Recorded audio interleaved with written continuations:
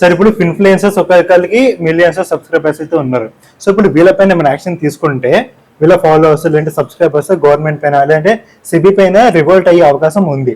So ఇందుకనే వీళ్ళపైన ఏం actions తీసుకోకుండా like మెల్లమెల్లగా ఒక్కొక్క రెగ్యులేషన్ పాస్ చేస్తుందని కాన్స్పిరసీ థియరీస్ అయితే వినిపిస్తుంది. సో దీని గురించి మీరేమంటారు? ఎవడో చెప్పాడు మీకు అసలు ఇలాంటి కాన్స్పిరసీ థియరీలతో పని ఉంది? అసలు యాక్చువల్గా సెబీ అనేటువంటిది ఎవరికి భయపడదు, ప్రభుత్వం అనేటువంటిది ఎవరికి భయపడదు. పిఆర్ సుందర్ లేడా, లేదంటే మన మున్నాబాయ్ ఎంబీబీఎస్ లో హర్షద్ వర్షికి కేసు అనేటువంటి లేదా, బాప్ ఆఫ్ చార్ట్స్ లేవా, అండ్ ఇంకా ఇప్పుడు వచ్చినటువంటి జీ బిజినెస్ కి ఎగెయిన్స్ట్ గా అనేటువంటిది కావచ్చు. సో ఈ రెగ్యులేషన్స్ కి ఎగెయిన్స్ట్ గా ఎవరైతే ఉన్నారో ఖచ్చితంగా స్క్రూటినీ చేయగలిగేటువంటి సత్తా సెబీకి అయితే ఉంది. సో కానీ ఇప్పుడు ఈ రెగ్యులేషన్ అంటే ఇప్పుడు ఏవైతే చెప్తున్నారు ఇవన్నీ కూడా లైక్ ఎప్పుడో జరుగుతున్నాయి. బట్ ఇవన్నీ కూడా ఒకటేసారి లైక్ ఒక రెగ్యులేషన్ కానీ ఒక యాక్ట్ కానీ తీసుకొస్తే అయిపోతుంది కదా, అంటే ఒకరిని టార్గెట్ చేస్తుంటే కష్టం అయిపోతుంది కదా. ఇప్పుడు నాకు ఈ షోలో నాకు అర్థం కాదు ఏంటంటే నన్ను టార్గెట్ చేస్తున్నారో, సెబీని టార్గెట్ చేస్తున్నారో, లేకపోతే గవర్నమెంట్ ని టార్గెట్ చేస్తున్నారో నాకు అర్థం కావట్లేదు.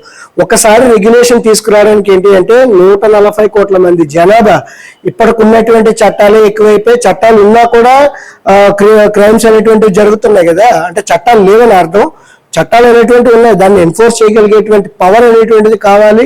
And at the same time vigilance అనేటువంటిది ఆడియన్స్ దగ్గర ఉండాలి. సో ఆడియన్స్ కావాల్సినటువంటి ఆ విజిలెన్స్ ఏదైతే ఉందో, డ్యూ డిలిజెన్స్ ఏదైతే ఉందో, ఏది మంచి ఏది చెడు అనేటువంటిది ఎక్స్చేంజెస్ అనేటువంటివి చేస్తున్నాయి, డిపాజిటరీస్ చేస్తున్నాయి, సిబి చేస్తుంది, ఆర్బీఐ చేస్తుంది, మనలాంటి వాళ్ళని ఖచ్చితంగా కంటిన్యూస్ గా చేస్తూనే ఉన్నాం. కాబట్టి ఆ అవేర్నెస్ అనేటువంటిది క్రియేట్ చేయాలి.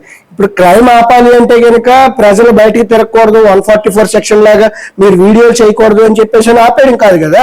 సో ఇక్కడ మేజర్ గా రెగ్యులేషన్స్ అనేటువంటివి వస్తున్నాయి, దాన్ని ఎన్ఫోర్స్మెంట్ లో డిలే అవుతుంది. అంటే ఇప్పుడు సెబీ దగ్గర ఉన్నటువంటి ఆ పవర్, మ్యాన్ పవర్ దృష్ట్యా అందులోకి 8 కోట్ల మంది ఇన్ఫ్లుయెన్సర్స్ ఉన్నారని చెప్పేసి మనం మాట్లాడుతున్నాం. 8 కోట్ల మందిని రెగ్యులేట్ చేయాలి అంటే కనుక ఎంత స్టాఫ్ ఉండాలి, ఎంత మ్యాన్ పవర్ ఉండాలి, ఎంత టెక్నాలజికల్ బేస్ ఉండాలి. సో ఇప్పుడు వస్తున్నటువంటి కాలానుగుణంగా వీళ్ళు కూడా స్ట్రెంథన్ అవుతున్నారు.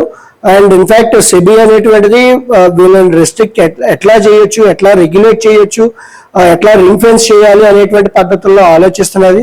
రాబోయే రోజుల్లో ఇంకా మంచి రెగ్యులేషన్స్ వస్తాయి, అంటే ప్రజలకు మంచి జరగాలి అనేటువంటిది భావంతో, ఉద్దేశంతో మనం కూడా రన్ అవుతున్నాం. కాబట్టి let us hope for that best. ఇటువంటి కాన్స్పిరసీ థియరీస్ ఏమైనా ఉన్నాయి అనుకునేటప్పుడు అయితే కనుక అవన్నీ జస్ట్ అపోహ.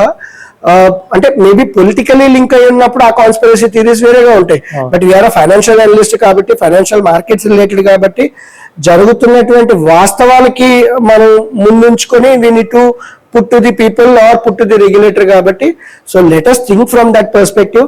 ఏదో పొలిటికల్ అనలిస్ట్ లాగా మనం ఆ రకంగా థింక్ చేసుకుంటే కనుక it will be a problematic only.